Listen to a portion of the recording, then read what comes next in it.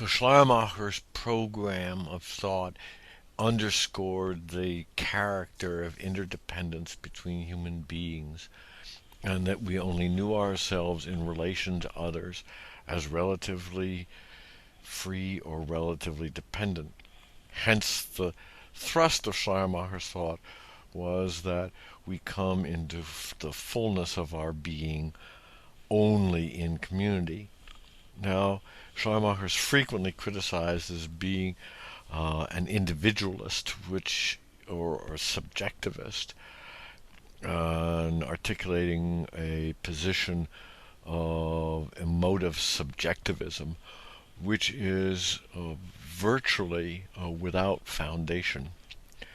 The important point is instead that Schleiermacher recognized that we come into fullness as individuals only in community, and in community we deepen the sense of our connectedness to one another and of our connectedness to the ground from which we come.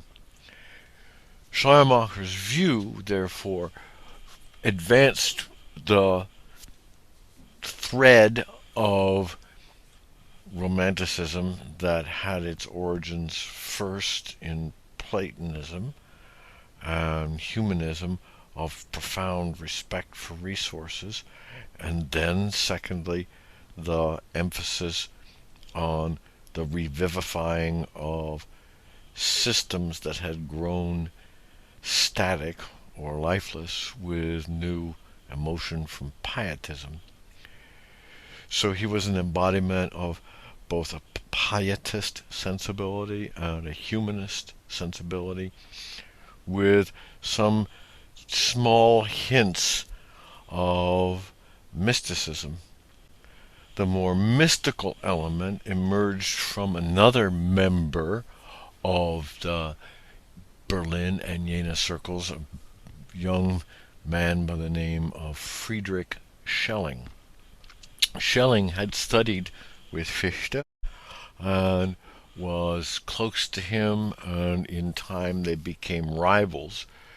Rather than pursuing the notion of the affective dimension of human awareness, as had Schleiermacher, Schelling, as Fichte had before him, explored the notion of intellectual intuition and its role in shaping the way in which we think about things. Schelling made the simple act of reflection into a model for rethinking how we apprehend ourselves, our place in the world, and our sense of that which holds the universe in place. In the act of reflection, as we can see here in this painting Before the Mirror by Georg Kirsting,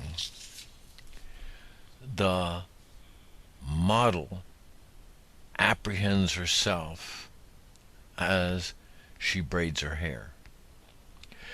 Now let's think about this a little bit more carefully. Suppose we were to say that what we have here is just an eye beholding itself. That is an EYE. When you look into the mirror, what you see is the reflection of your eye, but you don't see the eye that is seeing the reflection. In other words, there is always a hidden dimension in what occurs in our ordinary reflection. So, when I look at myself, I see the eye that is seeing, but I'm not just seeing the eye that is seeing, I'm also seeing the mirror.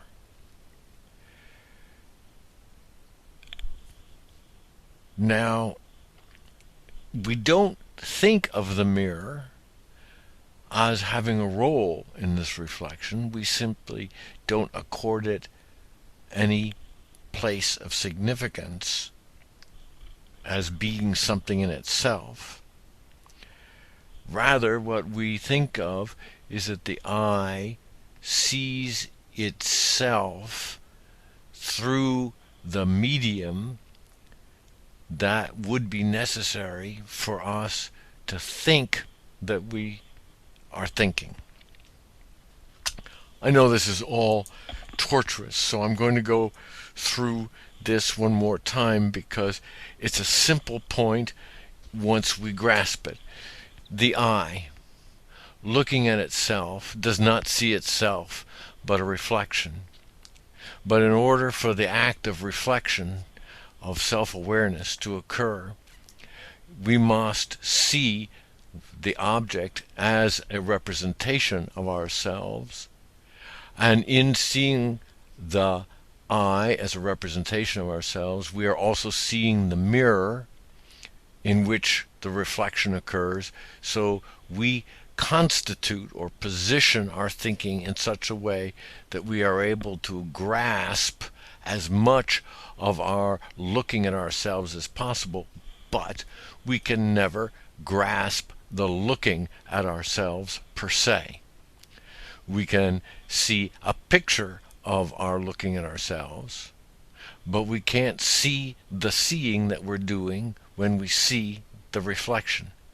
Nonetheless, we intuit that we are doing that seeing, and that every time we turn to that seeing rather than the object seen, that seeing recedes. It's always just beyond our grasp.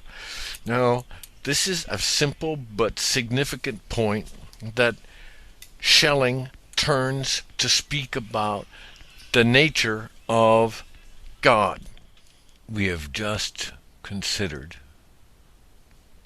Schelling's notion that when we reflect upon ourselves, the act of reflecting includes the putting into place a medium through which we become aware of ourselves, but does not include the being aware or seeing of ourselves per se. Now, that means that when we are considering the nature of reflection, we are considering not only the act per se, but we are also considering what reflection is not. Reflection is not the direct apprehension of ourselves, which means the self is not contained in our self-expression. Rather, because it's not contained, recognition becomes possible. The recognition is the recognition that we are not in the image, but the image is an expression of the we that are doing the reflecting. In other words, only by acknowledging an absence can we recognize the presence. So the paradoxical way in which Schelling will talk about this is that there is an absence of presence. The seeing is not present in the way that the empirical object is present, but it is not a sheer absence. It is rather a presence that cannot be reduced to empirical presence. So we talk about this presence as the presence of absence. It's the absence of the empirical, but the presence of that by which the empirical is grasped. Now, if you can follow the point about presence and absence, if you can say that the seeing is not present, it's absent from what is seen, but is the condition in terms of which the seeing occurs, then you have a nice way to take up one of the big problems that Schelling inherited from Kant, which is, what is the relation of freedom and necessity? Schelling has found a way to talk about freedom as the receding presence, the absence of presence, and of the necessity as the empirical, as the rules that govern reflection from an empirical perspective. Now he has shown that one without the other is inconceivable.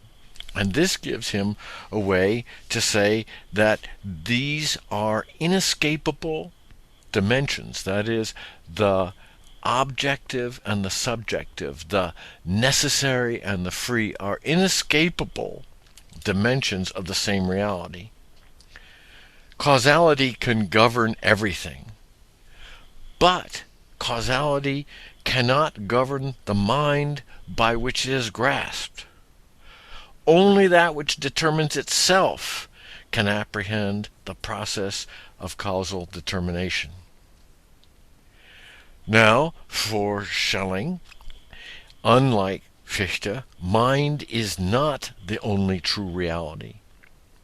Mind and matter are both something other than the ultimate. Mind and matter are both made possible by that which is other, and for which they are modes of disclosure.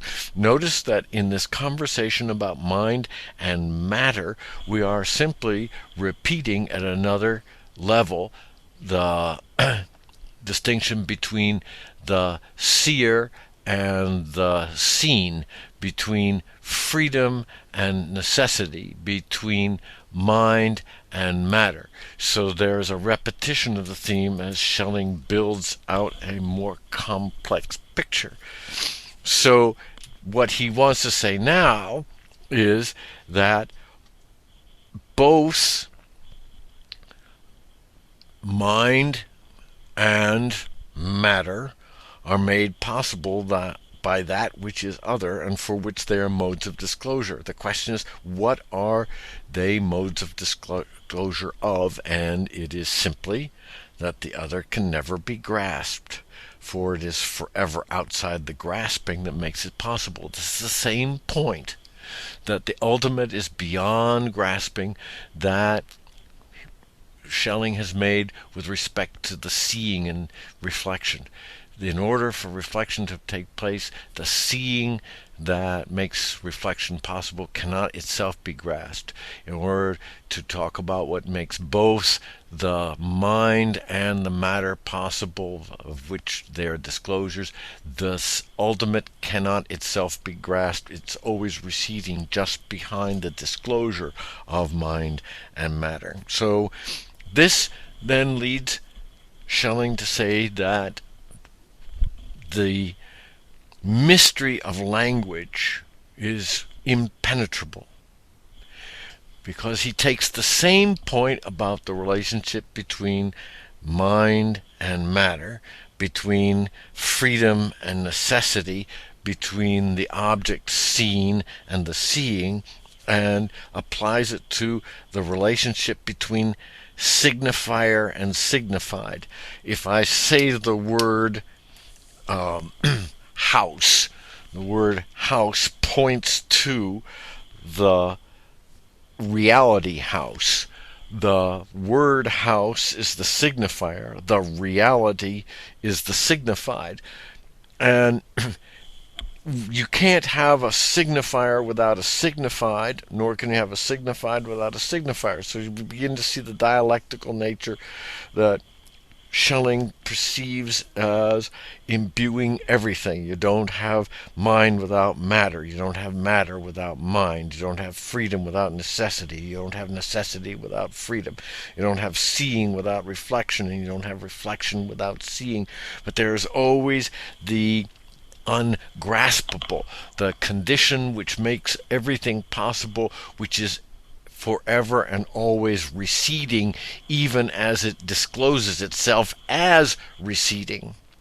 Now, what gets really exciting about this is that Schelling will now cast this in terms of the question of love. Let us now suppose that one could make a visual representation of Schelling's point.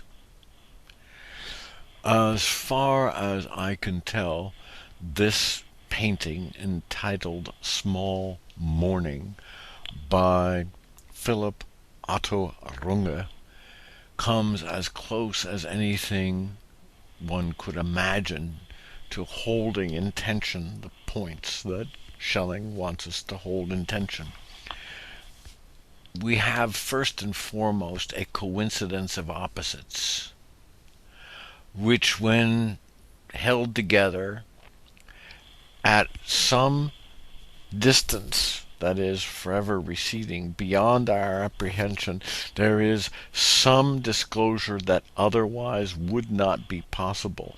This is similar to an eclipse. I mean, there's some kind of disclosure that occurs with the movement of the sun and the moon, or sun and a planet, that otherwise is impossible as being seen. So this becomes as close to a visual representation as we can make. Let us now think of how that might apply to human relationships. If, as in this case, the solar eclipse is a way of talking about a showing forth of the absolute, of which these are particular expressions, and then these are particular expressions, and these are particular expressions, and these are particular expressions, and so forth and so on as you unfold, then it becomes clear that everything that it is a spark of the absolute, a disclosure, a manifestation of the absolute. And we could talk at least provisionally about the mutual dependence between all persons because they are manifestations of the absolute. But that would be incomplete.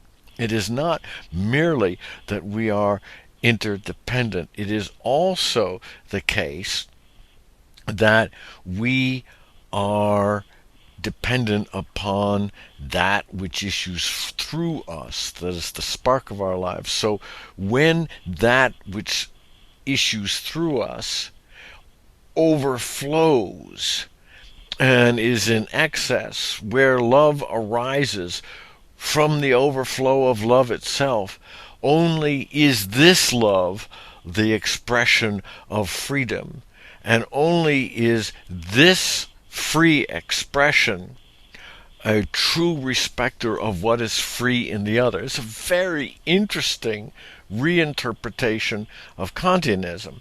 It is no longer the case that one views somebody as an end in themselves. It is rather that one views someone as an expression of something far greater than either that person or myself, but without which neither one of us could know the moment of love. It's a very interesting shift. It is no longer the emphasis upon the law. It is now the emphasis upon the spirit that animates and brings into full embodiment the law in human terms.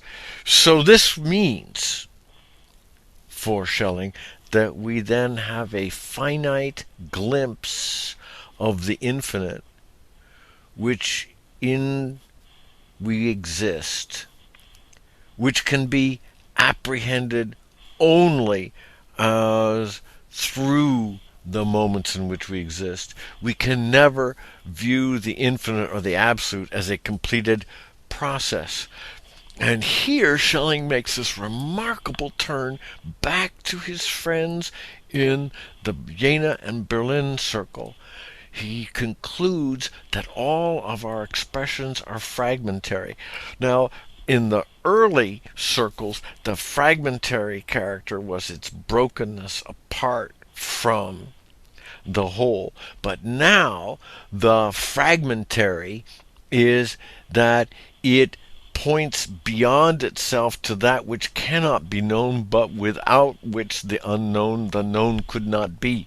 So it inverts the formula, and rather than having it proceed from a negative presence, that is to say, the absence of connection, now we move to a positive conception of the necessity of the receding presence as a way of articulating the dynamics of life. So Schelling writes in his aphorisms, not we, not you or I, know about God. For reason, insofar as it affirms God, can affirm nothing else, and in this act it annihilates itself as a particularity, as something that is outside God. Let me repeat that. For reason, insofar as it affirms God, can affirm nothing else, and in this act it annihilates itself. Now, what does he mean? He means that when we have given ourselves over wholly to the thought of the Absolute, we are also in that moment annihilating ourselves as some independent feature resting in outside of God. And so we don't think of ourselves as outside of God. We think of ourselves as within God when we think the thought God. So Schelling, therefore, effectively counters the Cartesian self-contained subject and shows that its logic is fallacious. Thinking is not my thinking. Being is not my being. Indeed, everything is only of God, or of the all, and for this reason all thought rests in God. Reason cannot therefore grasp the all. It must, as Hölderlin expressed it, proceed along the eccentric path by which the whole can never be comprehended. Thus far we have said that Schelling conceives of God as the absolute that cannot be comprehended in and of itself, but rather only as the absolute is manifest in and through all that is. What this means is that when we separate ourselves from the idea of God, we stand outside of God. But if we think of God comprehensively, we can no longer think of ourselves as outside of the living Spirit. Now, this leads Schelling to argue that God is not a God of the dead, but a God of the living, so that we can no longer embrace formulations of the faith or symbols of the faith from another age.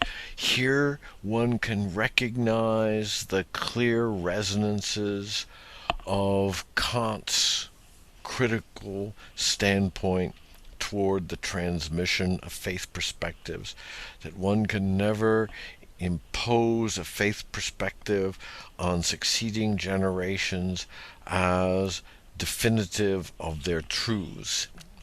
So, if it is not the expression of the dead but of the living, the procession of things from God is God's self-revelation. We have here in Blake's Jacob's Ladder a sense of the procession of which Schelling is speaking. God can only reveal God's self in creatures that are similar to God, who are the imago of God. That is to say, who are the free self-activating beings for whose existence there is no reason whatsoever save that God is, and who are only as God is. Here Schelling borrows most decidedly from Fichte and argues that God is the process of freedom, the self-manifestation of freedom. The distinction between God and the ground of God's existence, whatever it is, cannot be that from which it has emerged, is evil. Evil is grounded in that within God which is not God himself. It is God's ground. This is one of the most difficult points and worthy of very careful consideration. Freedom is the distinction between God and the ground of God's existence. God is that which is the unfolding of life. The ground of God's existence is itself beyond comprehension.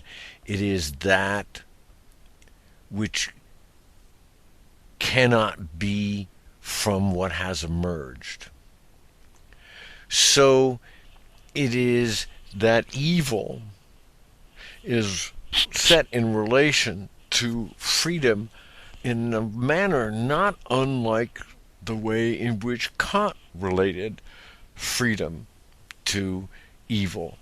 Namely, in the unfolding of the process, it is possible for the process not to be ordered properly. This was Kant's view. Schelling, who remains oriented toward Kant in very distinctive ways, says that insofar as that which is within God, but which is not God itself, namely the ground, that ground, should it achieve prominence, becomes part of the force of evil. It is the wrong ordering that the ground should itself become the process. The ground is distinct from the process. And if the ground is construed as the process, evil enters into the world from God. This is a radical view that follows from the idea that if we are all in God and if there is evil in the world, then evil must come into the world from God. This got Schelling into a lot of trouble with a lot of conservative theological thinkers, but it arrested the mind of a young Englishman by the name of Samuel Taylor Coleridge and a young Dane by the name of Søren Kierkegaard, both of whom were students in his lectures when he lectured in Berlin. Coleridge is perhaps best known to us as the author of the Rime of the Ancient Mariner. We probably remember him as well for Kubla Khan. We therefore tend to recall his name into our thinking as a representative from the corridors of great poets. But in his own time, Coleridge was more profoundly influential in matters theological than he was in literary matters. Coleridge was a very bright young man, although one who had numerous problems. He went to Christ College, did not do terrifically well, because he had a habit, which he maintained throughout much of his life, of borrowing considerable sums of money from friends to support his somewhat extravagant partying. This was a source of irritation to the woman who married him and then eventually left him, as it was to many of his friends, who nonetheless were absolutely galvanized by Coleridge because he was an extraordinary conversationalist. As a matter of fact, Coleridge could buttonhole you and start a conversation that would go on for hours and hours and hours. One such famous conversation occurred between Coleridge and the poet Wordsworth. They would meet and were profound admirers of each other and each other's poetry. Under the influence of perhaps a somewhat longer evening of drinking than might have been imagined otherwise, they hit upon a plan to write an epic poem on the topic of Cain and Abel. They drew lots, and the first to win was Wordsworth, and it was his task to put into poetic form the verses that are found in the Bible about Cain and Abel.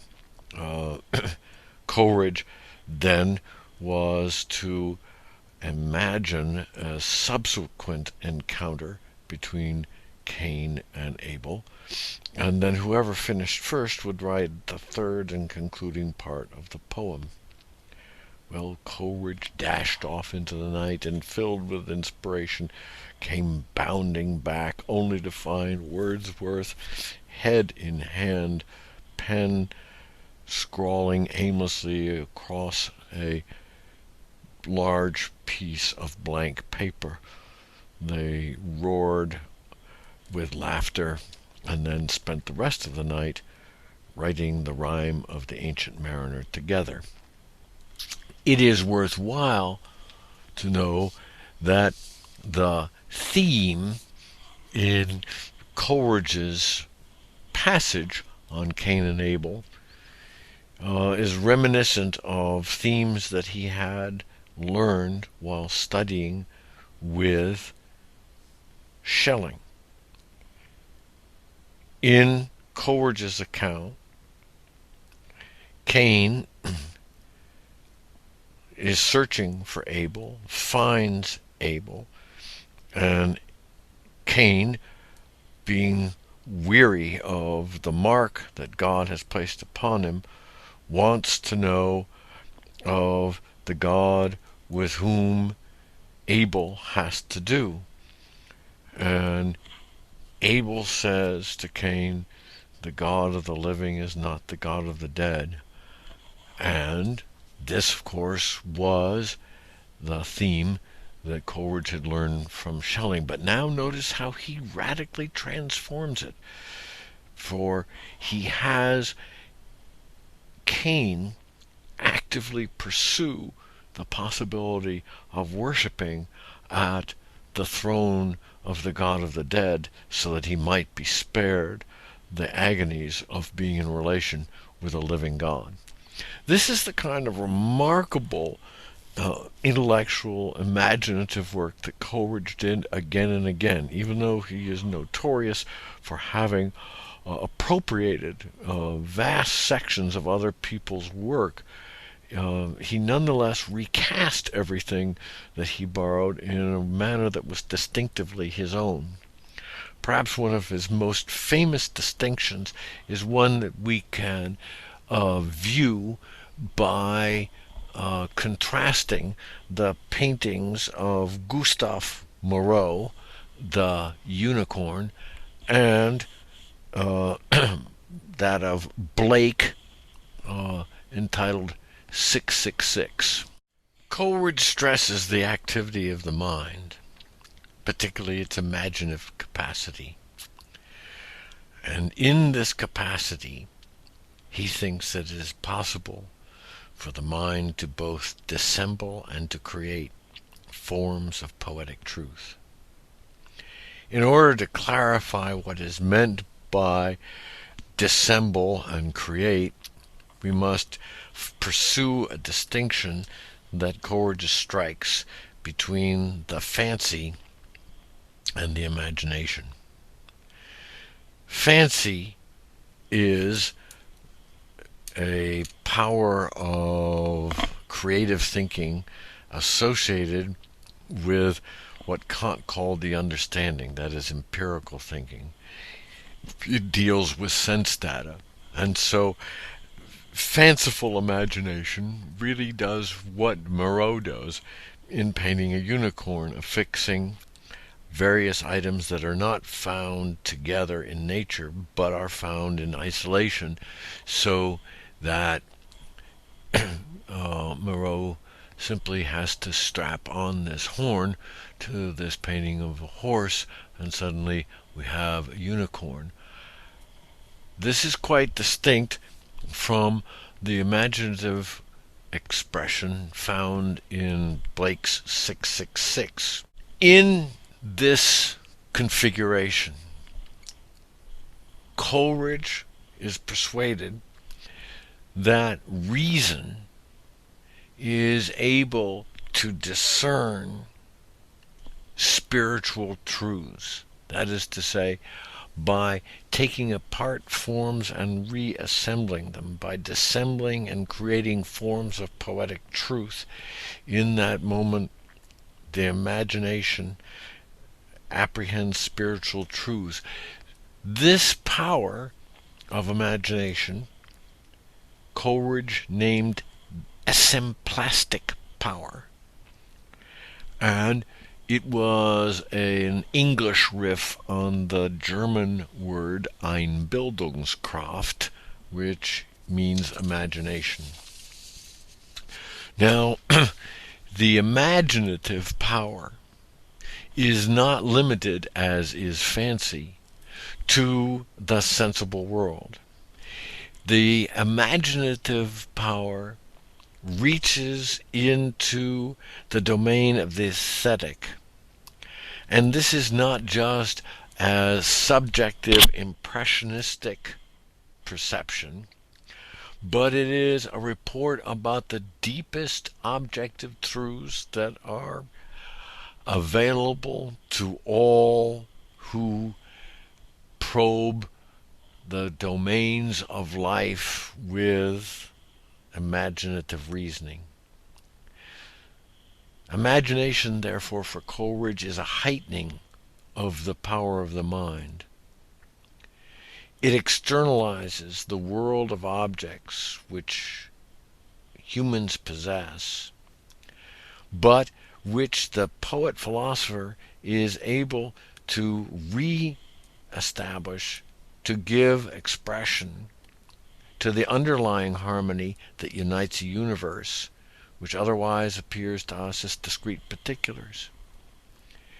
Now, this distinction between imagination and fancy, between merely representing things that are found in the empirical world and probing what appears for underlying unities that disclose objective truth, is the distinction that runs throughout Coleridge's Confessions of an Inquiring Spirit.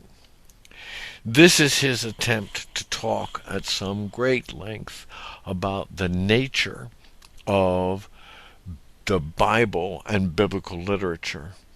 He thought that the fanciful interpretation of the Bible, that is, the imaginative interpretation which was limited to the domain of fancy, was itself subject to bibliolatry. That was, it remained far too literal. He thought that the empowering word of the Bible was a transformative word, which was not merely read, but which was preached, and whose effect upon the hearer and the preacher would bring into the presence of the community a sense of the eternal word. If you look at the little chart at the beginning of the Confessions of an Inquiring Spirit, you'll find that there is a procession between the Word as creator and the Word that is spoken, such that in speaking the Word one can become a recapitulation or a recreation of the creative power of the Word. What Coleridge had in mind was the active participation of imaginative thinking was in fact a reinstantiation of the creative spirit of the God Yahweh, the one who is I am what I am, and therefore from this unnameable source brought forth the creation in which we all abide. Coleridge was therefore constantly in hostile engagement with people whom he claimed were associationists, who had no more than fancy at their disposal, including most notably Thomas Hartley, for destroying what he thought was the integrity and the vitality of the living word. In Coleridge's assessment of the operative pentad of Christianity, he was repeating in now his form a basic formulation that we have already encountered in Schelling, namely the idea of the finite sense of ourselves resting in the infinite sense of ourselves, which is the proper perspective from which to see the unfolding of the totality of spirit. So the operative pentad of Christianity talks about the processive nature not only of Christianity but of the preaching of the word and of the words becoming embedded in the course of life. Coleridge, by directing our attention to the imagination as a heightening of the power of the mind, opened the way for the interpretation of dream life in the English-speaking world. The way had already been opened by Fichte in the German-speaking communities, and it is true that while Coleridge studied with Schelling, he also read Fichte extensively. So we have in Coleridge an appropriation of the life of the mind to and the theory of its activity, and now its application to the process of sleep and dreaming and awareness in non-conscious states. The painting here of Fuseli's The Nightmare underscores the awareness that of the imaginative capacity of the mind to configure and reconfigure profound truths. This is a point that will be recapitulated later in the century by Sigmund Freud. It was Fuseli's remarkable painting of the nightmare that brought forth a still deeper aspect that it was not merely imaginative powers, but that it was the deepest forces of desire, of longing, of passion, and of brutality that came into play in the course of our dreaming. So the nightmare is, as Coleridge shows in the Rime of the Ancient Mariner, bringing together of forces both productive and non-productive, indeed destructive, within whose play, the destructive and the creative, our lives are carried out, and within whose play we are in some ways merely the pawns of forces well beyond ourselves. So here there is a profound sense in the Fuseli painting of the forces, the power, the sexuality that pervades the longing that permeates our sleeping dreams. The last of the ways in which we can think about the work of Coleridge is to recognize that the great I am, the creative word from which all else proceeds, but which cannot itself be repeated, but merely echoed, is William Blake's painting of the great sun. Here we see in Blake's depiction all of the forces of life emanating from a power that cannot itself be grasped and whose exact identity cannot be determined. If you look very closely, this is a very profound joining of opposites. You have essentially a female and a male body joined in this painting, so that you have the opposition between forces of equal and opposed nature, and yet they are being held together in a tension which is creative and from which all other life issues. This was precisely what Coleridge thought that the productive and creative imagination did, was to put together a sense of the world, and in doing so to create a world out of things that on the face of it appeared to be opposites, only to discover an underlying unity in which the opposition is reconciled. This was especially true then of his reading of biblical materials, in which the truth of biblical materials, which was from his point a literary truth, and the literal truth of the Bible was the truth that is manifest through the creative process of writing and receiving the Word. We see then in Schleiermacher, in Schelling, and in Coleridge expressions of the romantic sensibility that sought to re-imbue the lifeless with life, that sought to be a profound respecter of classical form, and that sought some mystical connection with that which lay beyond words, which could somehow help them to articulate the spirit of the new age, the age that was breaking away from the régime ancien, and instead finding a way along paths unwalked before, the paths of freedom.